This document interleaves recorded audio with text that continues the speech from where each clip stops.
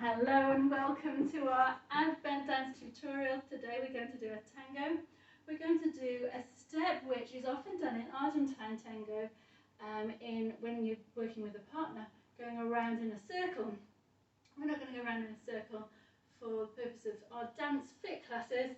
We're going to go along, backwards, side to side. So the idea of this is we're going forwards, back, forwards, and then back, side, forward. Okay, I'm going to take it down slowly down. So we're going to start off going back. Stand on one leg, take the other leg behind that leg. So we're crossing over. Then we're going to stand to the side. Then the leg that was standing still before is going to be moving in front. And then standing to the side, and then behind. Okay, we'll do that again. So we're going to start like this. Take one leg, that's going to go behind. Middle, this leg that went behind before is going in the front, centre. And then we'll repeat. Again. Back, side, front, side, back, side. Now, when we do this in class, we are obviously working going side to side, so we can't keep on going. So I tend to do back, side, forward, tap. And then we go forward, side, back, tap. Then back, side, forward, tap. Let's just do it like this. So, back, side, front, tap. Front, side, back, tap. Back, side, front, tap. Front, back, side, back, tap.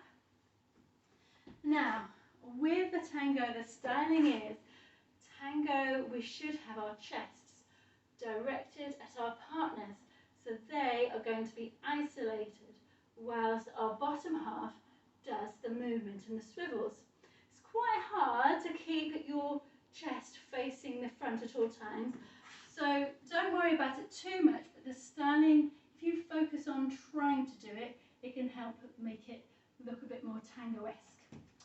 So we're going to go behind and side and front and tap. In front, side, back and tap. Back, side, front and tap. We're going to do a bit of rising and falling to help us with this movement as well.